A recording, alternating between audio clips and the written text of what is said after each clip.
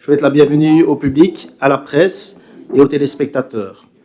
On doit excuser aujourd'hui M. Renson, M. Gillet, Mme François. Mme Castellan va nous rejoindre un peu plus tard. Donc avant d'entamer nos travaux, est-ce que vous êtes tous d'accord? Madame Boyanovska aussi, excusez. Ah, je n'étais pas au courant. Maya Boyanovska, excusez. Ah, merci, M. Dumont. Est-ce que vous êtes tous d'accord d'ajouter les points qui ont été distribués en urgence dans la journée de vendredi? Je vous remercie. Communication et relations extérieures. Citoyen d'honneur de la ville d'Andenne.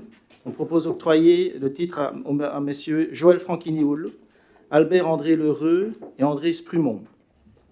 Ça ne pose aucun souci? Monsieur Matard. Monsieur le Président, je suis peut-être dur de comprenure, mais on a bien dit que les questions orales étaient évoquées en fin de séance. Il ne faut même pas les annoncer maintenant.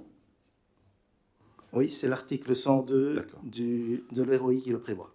C'est peut-être la fatigue, excusez-moi. J'ai étudié avant de venir. C'est bien. Le deuxième point, contentieux. Ville d'Andenne contre l'État belge, recours contre la loi programme du 18 décembre 2025, nouvelles dispositions en matière de cotisation de responsabilisation, autorisation d'esté. Ça ne pose pas de problème? Merci beaucoup. Troisième point, ça concerne les finances. C'est convention dans le cadre de la mise en place de l'automatisation de la réduction du BIM prévue aux règlements fiscaux pour une durée de 5 ans. Pas de souci? Merci. Quatrième point, les intercommunales. Donc, ça concerne IMIO, Assemblée générale ordinaire du 2 juin 2026, mandat de vote. Je me suis permis de rappeler les personnes qui avaient été désignées à cette occasion. Ce sera Mme Cruspin, Mme Avlanche, Mme Navet, M. Raskin et M. Gillet. Pas de souci? Quatrième point bis, la jeunesse. C'est un point qu'on a mis en urgence. Convention animagique, c'est une reconduction. Pas de problème. Merci. Cinquième point, marché public. Passé par délégation. C'est une simple communication. Pas de problème. Merci. Le sixième point concerne la mobilité. Premier point, c'est un projet de motion. Organe de consultation du bassin de mobilité au CBM de Namur. La ligne 12 au Namur. Je vais céder la parole à Monsieur le bourgmestre. Merci, Monsieur le Président. En fait, lors de sa séance du mois de janvier, l'organe de consultation du bassin de mobilité de Namur a, lors de la réunion, exposé qu'il considérait la ligne 12, la ligne Namur, oui, en passant par Andenne, comme non structurante, puisqu'il y avait la présence du chemin de fer de l'autre côté de la voie d'eau. C'est dans ce contexte que nous avons décidé de déposer une motion. Alors, j'ai lu l'article, évidemment, de Monsieur le ministre Deken, disant qu'il n'était pas question de supprimer la ligne 12. C'est pas ça dont je parlais, c'est pas ça dont parle la motion. C'est le fait qu'elle ne soit plus structurante.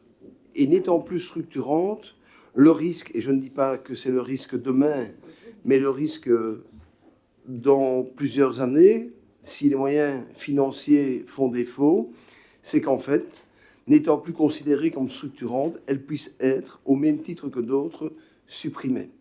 Donc ce n'est pas ici une motion qui se bat contre la suppression de la ligne 12 qui n'est pas à l'ordre du jour, mais simplement qui vise à maintenir la ligne 12 comme structurante. Pour rappel, à l'unanimité du conseil communal, le conseil communal de Oui a également voté cette motion. Merci, Monsieur le bourgmestre, pour ces précisions. Pas d'intervention à ce sujet? Je vous remercie. Donc, c'est un vote favorable pour tout le monde? Oui? Merci beaucoup. Deuxième point, projet de motion, organe de consultation du bassin de mobilité au CBM de Namur. Ça concerne ici la ligne 19 et 13, Fortville-Ciney, et la ligne 42, Andenne, Folletombe et Namur. Je recède la parole à Monsieur le bourgmestre. Dans le cas du même OCBM, ont été évoquées les lignes villageoises ou les lignes qui présentaient un point d'intérêt. Lorsqu'on regarde la carte qui était annexée au conseil communal, on voit que certaines liaisons n'existeront plus dans le futur, ou qu'il est proposé à tout le moins de les supprimer. Ainsi, auparavant, nous avions une ligne Fortville-Ciney.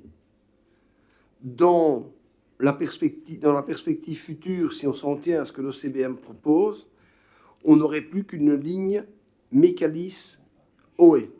Ce qui voudrait dire que l'on priverait quelque part les Oétois, mais également les habitants de Fortville, d'une ligne qui partirait de Fortville et qui arriverait à Ciney.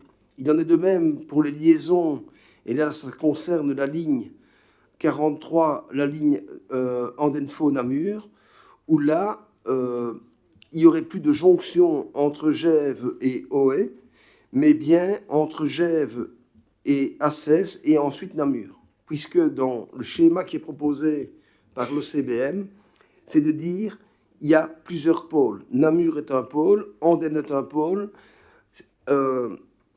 Ciney est un pôle et Noville-les-Bois sur Fernelmont est un pôle. Ce qui aurait pour conséquence qu'il n'y aurait plus de liaison entre, tout serait orienté vers ces pôles. Donc, tout ce qui est aux alentours de Fortville serait orienté Noville-les-Bois, Namur, Gèves irait vers Assès, Namur, et Oé serait rattaché à Andenne et plus du tout à Ciney. Et donc, en concertation avec les bourgmestres et la mobilité des autres communes ou villes, nous proposons cette motion.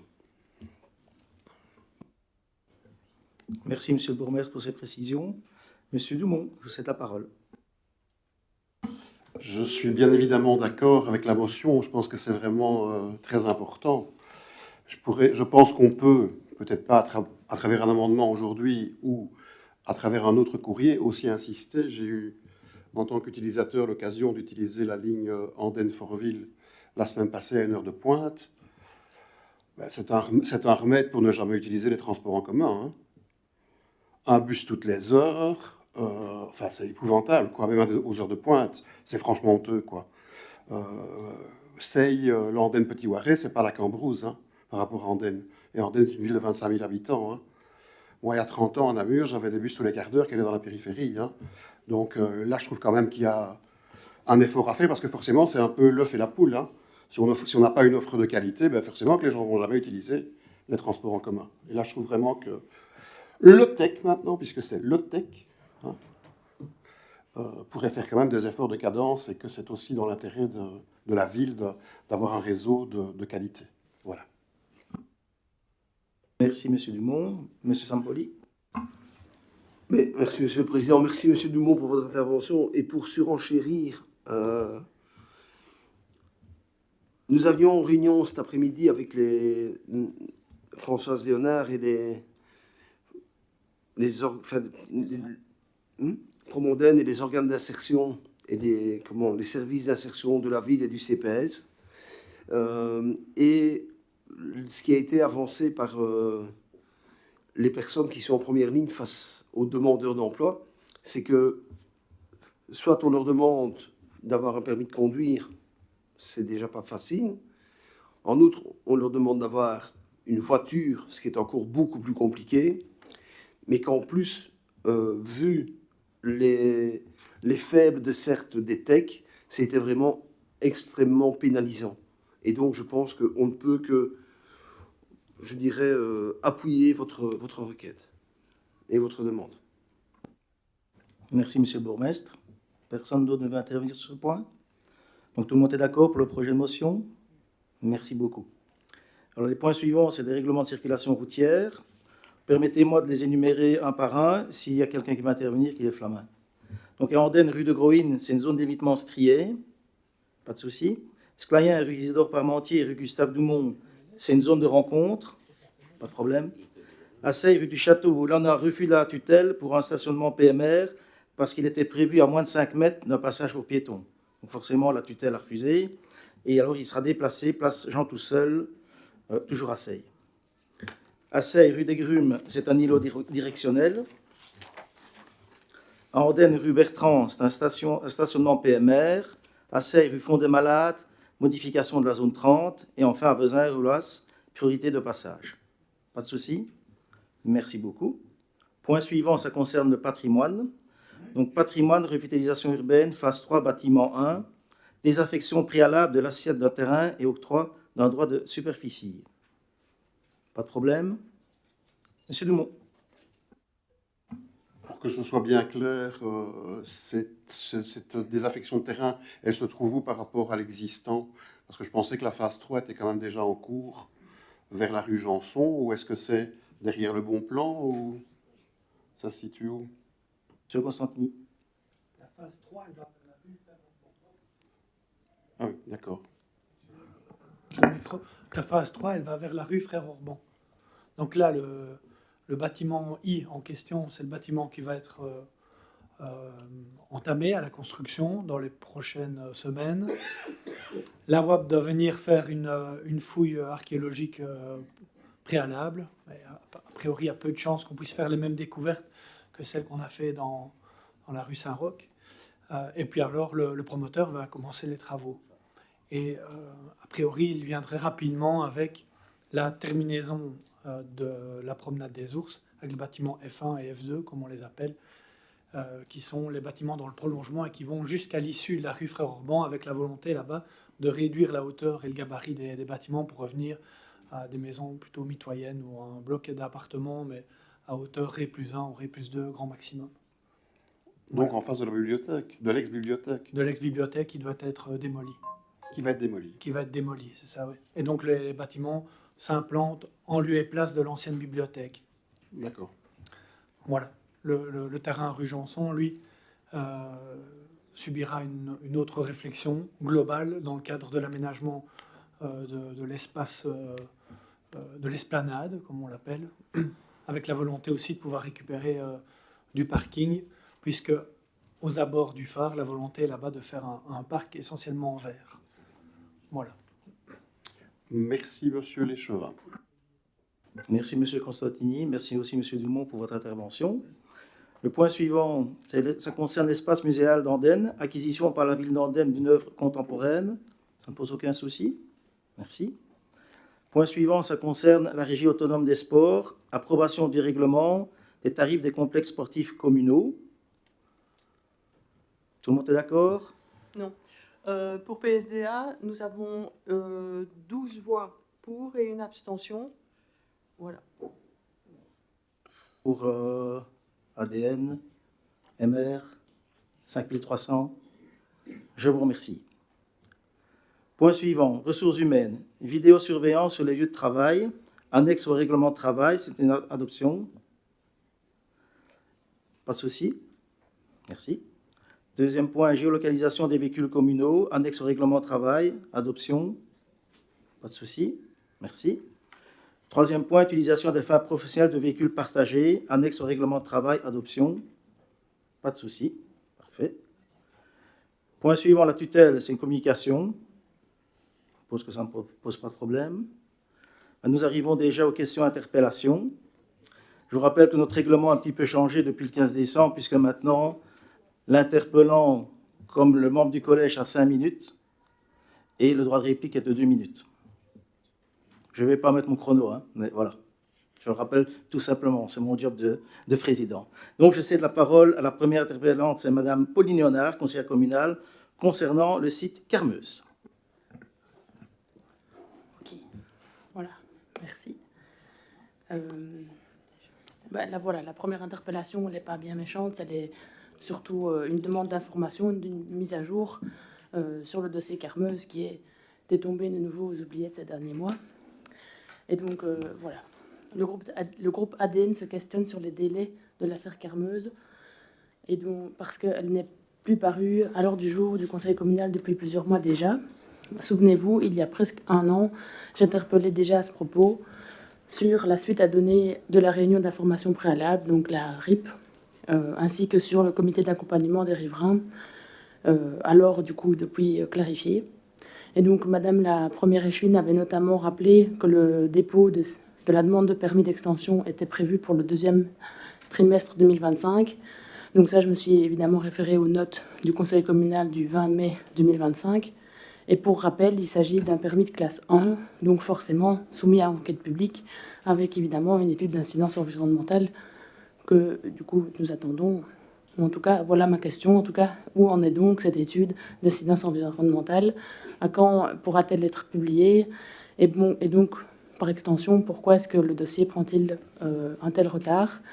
Juste, est-ce que vous savez, par exemple aussi, à quel moment est-ce que ce sujet arrivera à la CCATM, qui, si je ne me trompe pas, du coup, est une étape préliminaire au fait que ce sujet arrive ici au Conseil? Et donc, ma deuxième partie d'interpellation, pas bien méchante, simplement de demande d'information, c'est que, évidemment, on en profite pour rappeler l'enjeu de l'accès à l'information. Donc, voilà, ce rappel, il s'adresse forcément ici à l'ensemble du Conseil, à l'ensemble du Collège, pour finalement souligner l'importance de l'accès à l'information pour nos citoyens. Et donc, rassurez-vous, je ne vais pas répéter ce qui a déjà été entendu précédemment, ça reste très court. Mais néanmoins, je tiens à insister sur cet enjeu démocratique, car nous avons encore récemment vu, et on a eu la présentation du plan communal de mobilité, donc le PCM. Et donc, par exemple, là, dans ce cas-là, l'enquête publique pour ce PCM, c'était de nouveau de manière classique à consulter dans les heures du bureau sur place. Il n'a pas été possible de le publier sur Internet. Et donc, j'ose appeler ça un manque d'exemplarité en matière d'accès à l'information.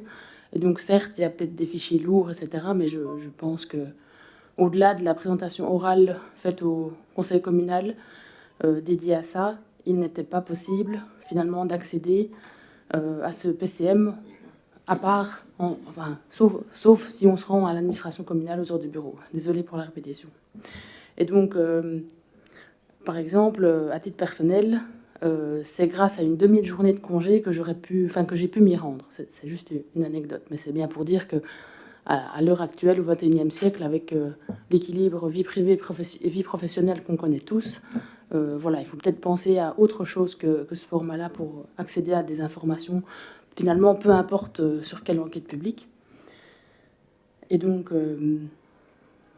à titre toujours d'exemple, vis-à-vis de ce PCM, même les conseillers n'avaient pas d'accès numérique pour lire ce PCM avant le conseil. C'était, on va dire, une erreur, un oubli, une faute informatique, que sais-je, où ce n'était pas annexé. Donc il fallait vraiment attendre la présentation synthétique, évidemment, du conseil. Donc encore une fois, un petit peu dommage par rapport à cet accès à l'information.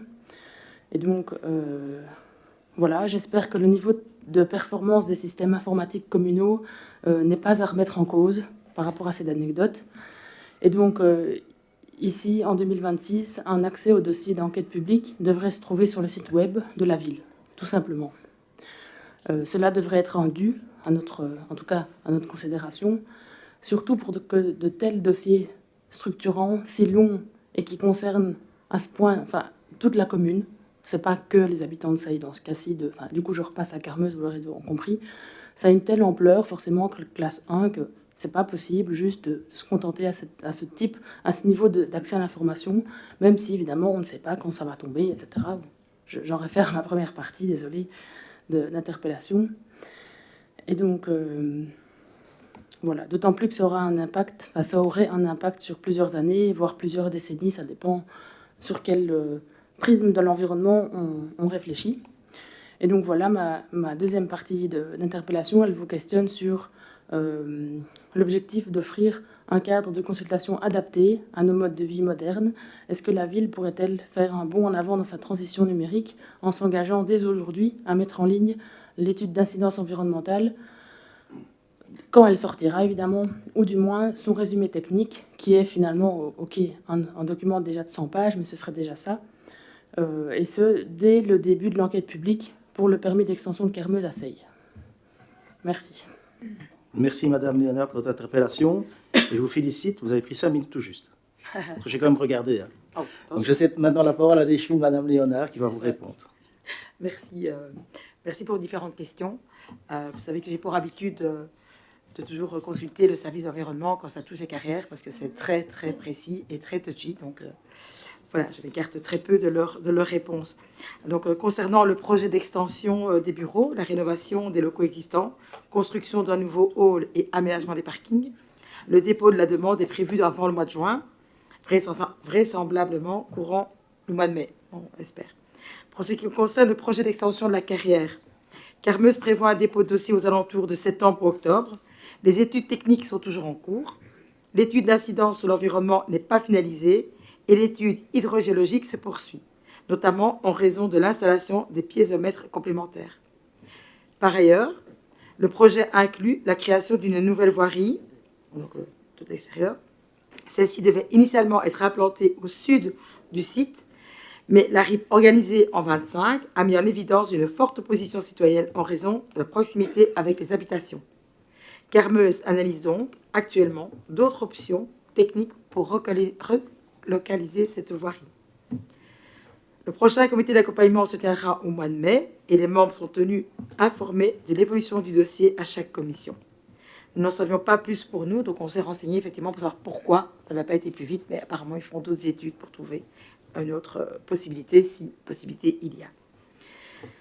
En ce qui concerne la publication des enquêtes publiques, toutes les informations sont systématiquement mises en ligne sur le site communal. Je sais que tout n'est pas toujours complet, j'entends bien qu'il faut prendre congé et venir. Je suis étonnée, triste ou surprise que vous n'ayez pas pu recevoir le lien direct, parce que la réponse qui m'est donnée, c'est que si on ne sait pas se déplacer, un lien sécurisé est transmis afin que vous puissiez accéder aux documents dans le cadre de la demande d'information environnementale. Nous savons pertinemment que ces enquêtes publiques environnementales jouent un rôle essentiel, comme vous l'avez dit.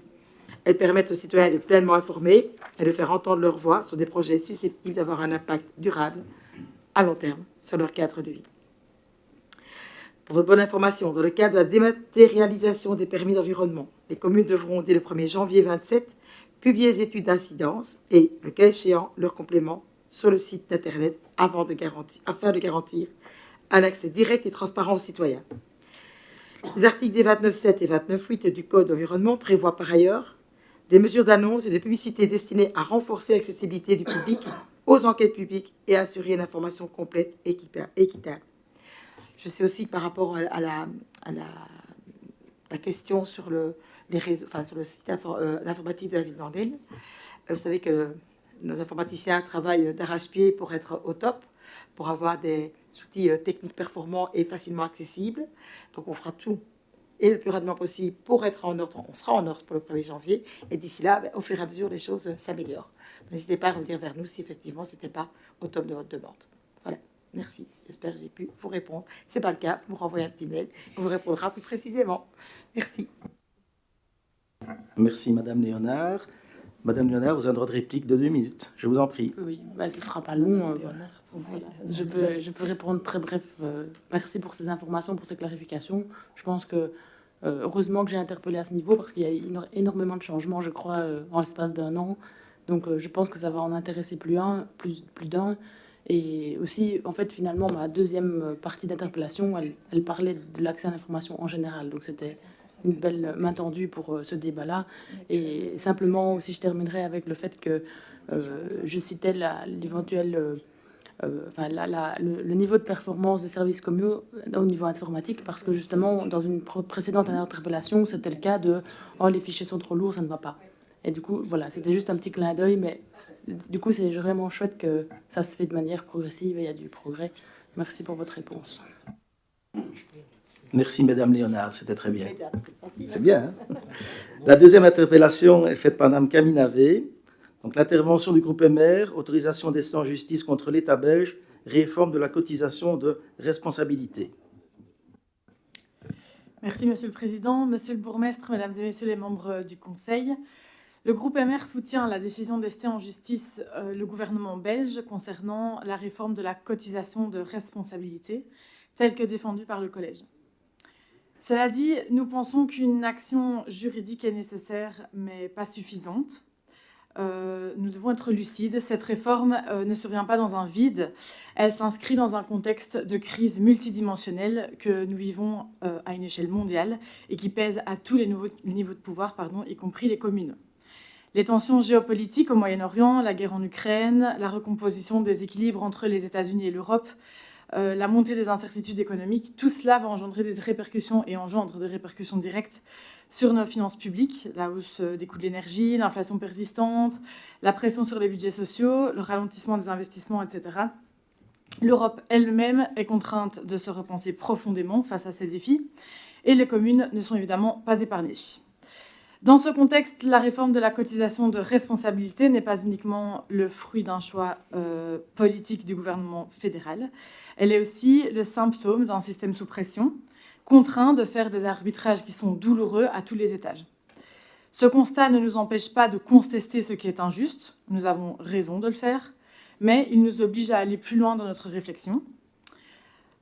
Pour les citoyens d'Andenne, nous devons anticiper plutôt que de subir. Nous devons de questionner non seulement le plan juridique, mais aussi le plan budgétaire et concret pour notre ville.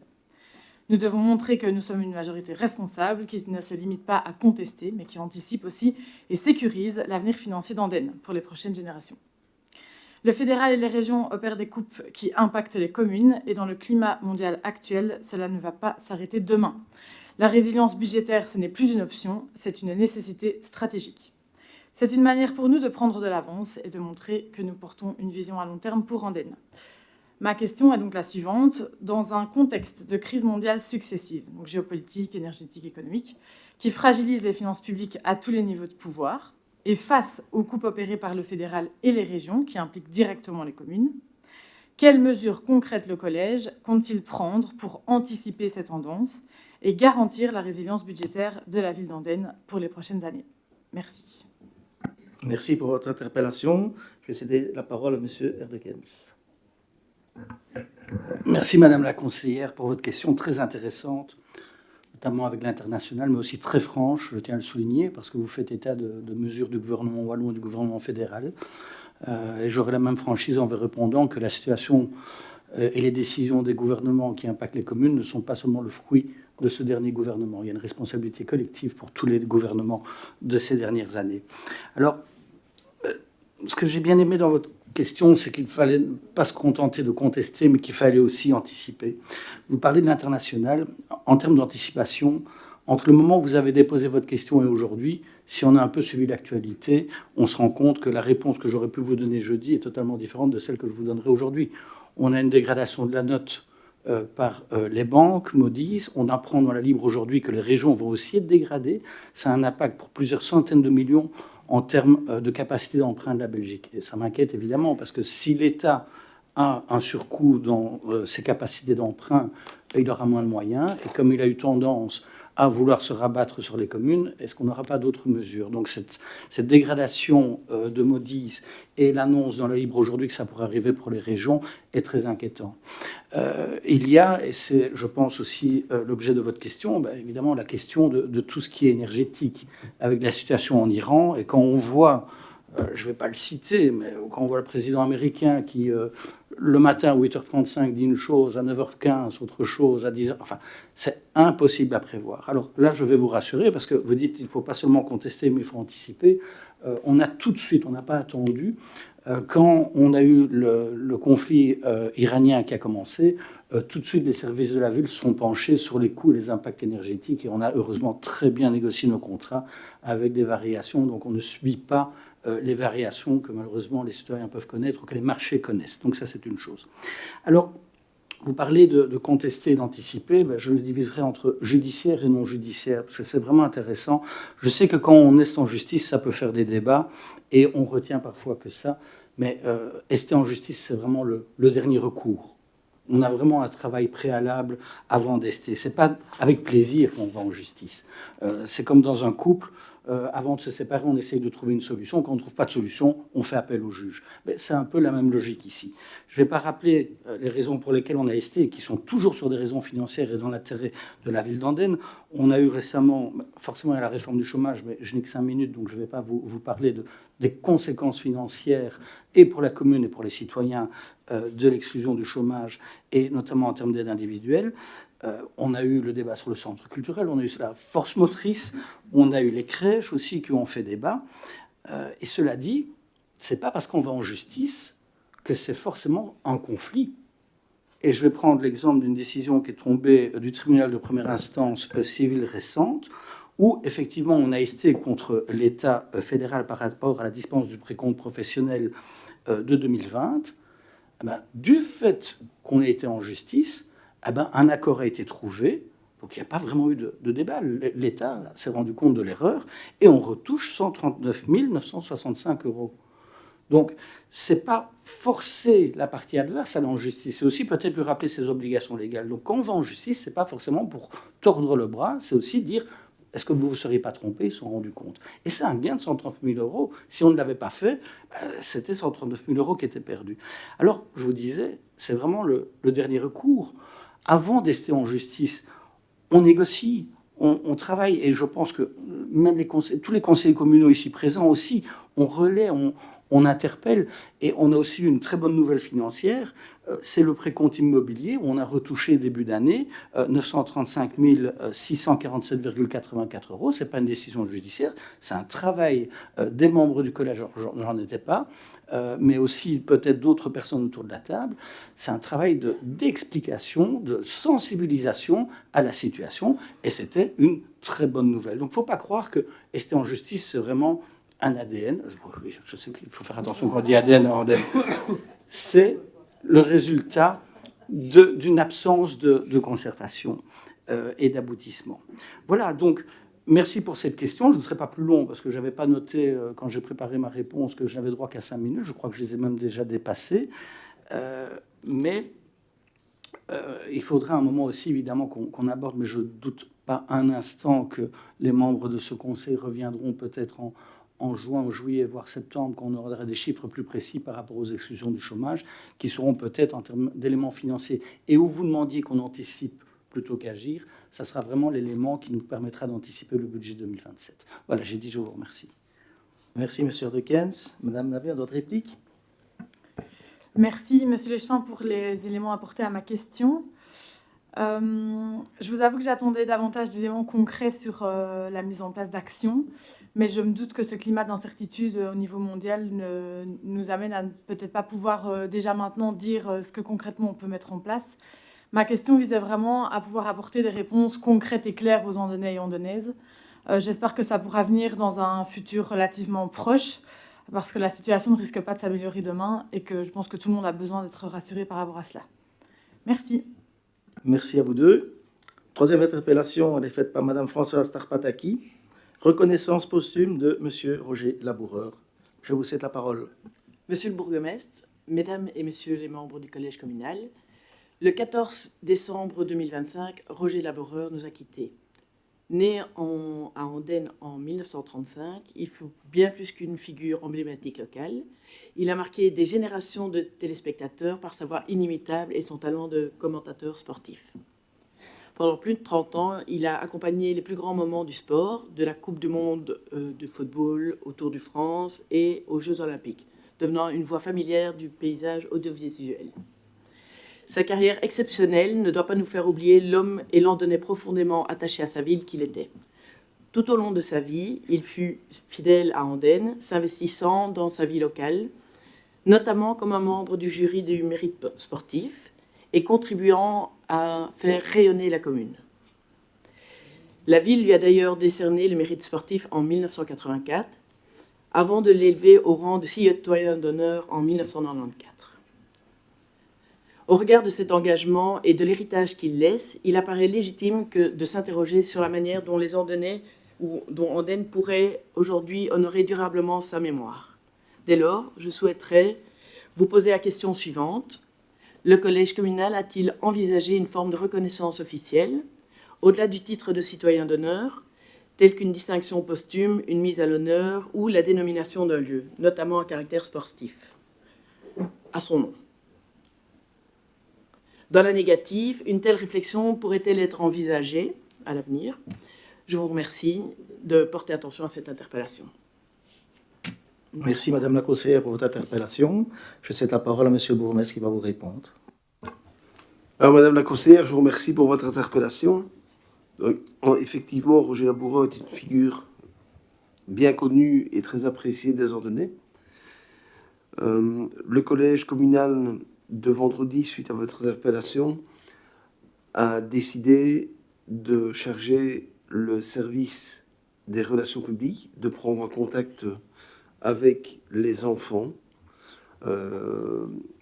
et sa veuve afin de savoir ce qu'ils souhaiteraient comme hommage à leur mari et papa. Nous ne manquerons pas de revenir vers vous dès que nous aurons une proposition à faire. Merci pour votre réponse, Mme Trapataki. Merci. Voilà.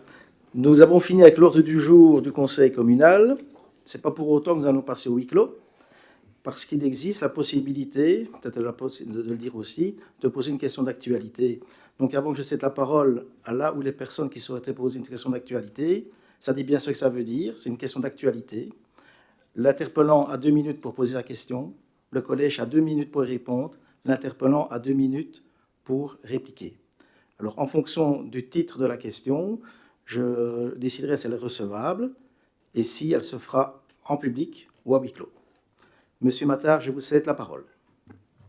Merci, Monsieur le Président. Alors, je vais commencer par le titre de ma question. Mais le titre de ma question, c'est tout simplement la légalité, le bien fondé des paiements qui ont été effectués dans le cadre de factures de prestations juridiques, dans le cadre de délibérations du Conseil communal qui ont été annulées à 2 reprises par le ministre en charge des pouvoirs locaux relativement à 2 contentieux, un contentieux de la ville et un contentieux personnel d'un mandataire.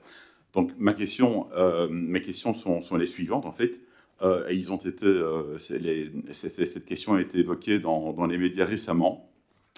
Quelle est la matérialité des montants qui sont cités par le magazine Le Vif dans le cadre des factures qui ont été payées par la ville dans le cadre de ces contentieux dans le cadre de ces délibérations qui ont été annulées par la tutelle? Est-ce qu'il y a d'autres montants que ceux-là qui ont été facturés et liquidés sur base des 2 délibérations annulées? On n'a peut-être pas la totalité des montants. Est-ce que vous pouvez confirmer l'information sur laquelle un montant de 2 000 € a été payé pour couvrir la moitié d'une indemnité de procédure qui était versée suite à un jugement d'une action personnelle d'un mandataire? Est-ce que vous pouvez également me fournir un récapitulatif et une chronologie de toutes les pièces comptables administratives traitées par le service financier dans le cadre de ces 2 dossiers conjoints? Et j'entends par là le fait que je voudrais pouvoir visualiser pour chaque facture relative à ces dossiers, la référence à un mandat de paiement, à une délibération du collège communal, ainsi qu'à une base juridique valable. La question qui se pose effectivement, c'est de savoir si la base juridique existe toujours dès lors qu'elle a été annulée par la tutelle et que c'est ici le principe ex tunc qui s'applique, à savoir qu'il y a une rétroactivité de l'annulation qui impacte évidemment la délibération du conseil communal.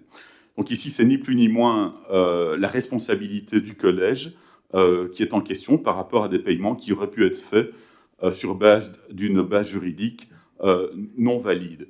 Et la dernière question est de savoir évidemment si Madame la directrice financière a éventuellement été amenée à user de son droit de réserve sur certains de ces paiements. Donc il s'agit bien ici des délibérations annulées par le ministre Dequesne en 2025, à 2 reprises donc, suite à ce contentieux qui pose aujourd'hui problème et qui nous amène à nous interroger sur la validité des paiements et sur la responsabilité du collège qui pourrait s'en suivre. Je vous remercie. Voilà. J'ai été généreux. J'ai fait plus de 2 minutes. Pas plus de 2 minutes, mais un peu plus qu'une question. C'est un groupe de questions. Oui, d'accord. Donc, Monsieur Dumont, je vois que vous levez le bras. Question bien plus anodine aura à la poser ce soir concernant la communication des événements communaux faits aux différents conseillers.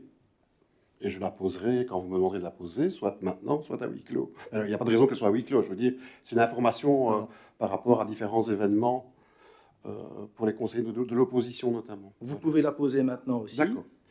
Donc en fait, je m'interroge un peu. Je sais qu'avant, dans une ère un peu préhistorique, si on peut l'appeler ainsi, nous recevions systématiquement des invitations papier dès qu'il y avait une manifestation communale.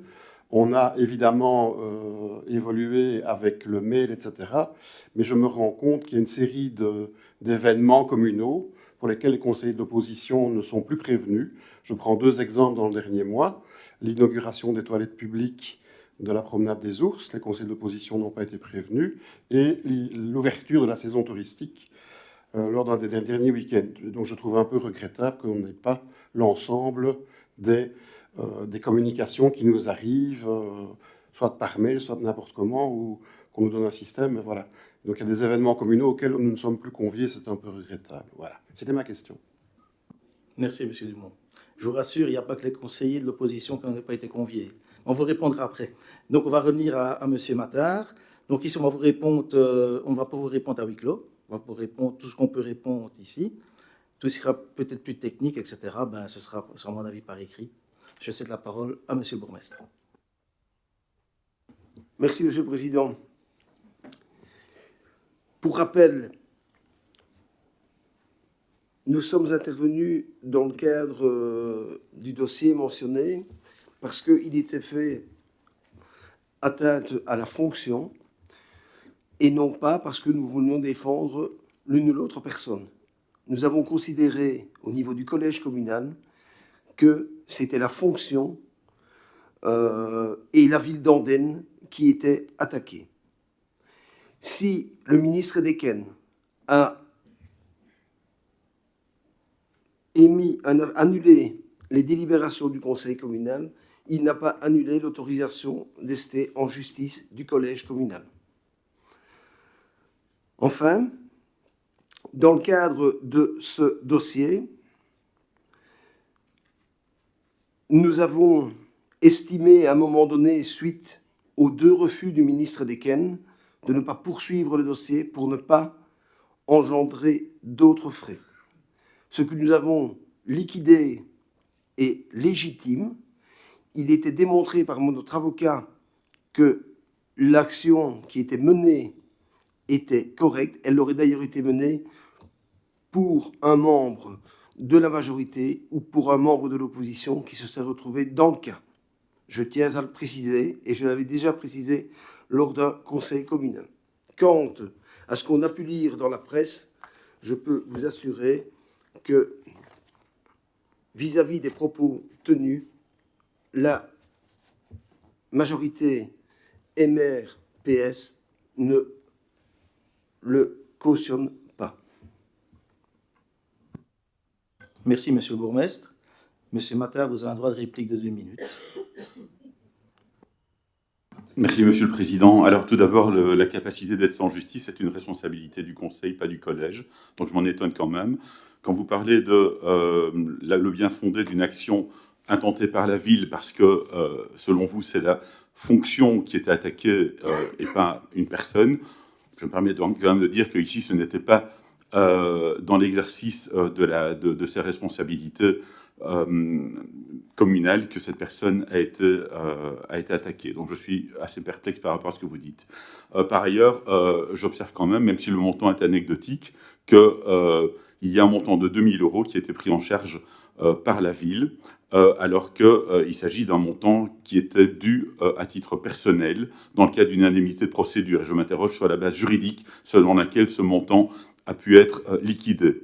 Et puis plus largement, je reviens encore une fois sur le fait que les 2 délibérations, qu'on le veuille ou non, ont été annulées, et que dès lors cette annulation, eh bien, elle aboutit à l'absence de fondement juridique des paiements, c'est-à-dire des ordonnancements, des mandats de paiement et des paiements qui ont eu lieu par la suite. Donc ici, ce que je mets en cause, ce n'est pas le fond, ce que je mets en cause, c'est la capacité de la ville, du collège, à avoir agi de la sorte et à avoir procédé à des paiements qui avaient une base juridique discutable. Et quand je dis discutable, c'est même gentil, je pense qu'il n'y avait pas de base juridique du tout, dès lors qu'elle était annulée. Donc voilà, ça c'était l'information, l'explication que je souhaitais avoir de votre part. Et voilà, je n'entends pas en tout cas cette explication dans votre chef, monsieur le bourgmestre, alors que vous avez, que vous êtes porté partie dans le cadre de cette action en justice qui d'abord été prise, qui a été initiée à titre personnel par un mandataire, et David n'avait pas à le faire. Voilà, M. Massard. Merci. La réponse à M. Dumont, M. le bourgmestre. Ben, simplement, les toilettes publiques, il avait été décidé de ne pas faire une invitation à l'ensemble des conseillers communaux. Et il en est de même pour la saison touristique. Pour le reste, il n'y a rien de changé, rien de neuf sous le soleil. L'objectif est bien d'associer un maximum les conseillers communaux et les conseillers du CPS aux inaugurations et aux manifestations officielles de la ville. Monsieur Dumont, droit de réplique. Je trouve que c'est quand même un peu arbitraire de dire qu'on n'est pas invité à l'ouverture de la saison touristique. Je ne vois pas sur quelle base on décide que pour celle-là, on n'est pas invité, pour d'autres, on serait invité. Donc voilà quoi. Je sais que certains administrateurs du phare ont reçu par la bande l'invitation, mais les conseillers communaux ne l'ont pas reçu. Et franchement, c'est un événement grand public. Je ne vois pas pourquoi on n'est pas invité. Pourquoi vous décidez que celle-là on n'invite pas et que d'autres on invite. Enfin, soit. Il n'y a pas eu d'inauguration officielle de la saison touristique. Si, puisque nos administrateurs en phare ont reçu l'invitation pour y aller. De qui? Du phare. Oui, du directeur du phare. Pardon. Alors, je vais juste prendre la parole parce que... Je ne sais pas où. Emmanuel Gillet l'a reçu en tout cas. Je peux répondre? La saison touristique a été ouverte à tout public, a été annoncée sur les réseaux sociaux et dans par rapport à la ville, mais il n'y a pas eu d'invitation à personne. Il n'y a pas eu de prise de parole, il n'y a pas eu d'inauguration à un moment donné à la saison touristique. C'était dans le cadre du Belgian Bike Festival où il y avait un nouveau parcours qui s'ouvrait, mais il n'y a pas eu de moment où il y a eu un rassemblement, où vous nous avez vu, de manière ou d'une autre, de prendre de parole. Alors, pour les WC, effectivement, il y a eu une ouverture. La presse est venue pour voir un peu ce module qu'on attendait depuis si longtemps. Mais pour ce qui est de la saison touristique, il n'y a pas eu d'invitation. Donc, chacun est allé à sa manière. S'il y a une invitation qui est partie d'ailleurs que l'Office du tourisme, en tout cas, c'est pas voilà. Ce ne serait pas le phare, ce serait l'EMA. Voilà. Monsieur Constantine voudrait bien réagir parce qu'il y a une information. Je voudrais réagir et je répondrai à Monsieur Dumont que sa question est pertinente et qu'on doit être attentif à l'avenir à transmettre une invitation à l'ensemble des conseillers. Donc voilà, c'est un oubli, il faut pouvoir s'en excuser et à l'avenir être attentif au sein des différentes structures, que ce soit l'Office du tourisme, l'EMA, le phare ou à la ville, de transmettre l'information de façon transparente à tout un chacun, leur permettant ainsi de participer aux activités communales. Voilà, c'est un avis personnel. Merci, monsieur Legevin. Merci à tous. Donc c'est l'occasion de remercier également le public pour sa présence, les téléspectateurs et nos amis de la presse. Je vous souhaite une bonne soirée. Le prochain conseil communal se tiendra le 26 mai, même heure, même endroit. Nous allons pouvoir aborder le huis clos.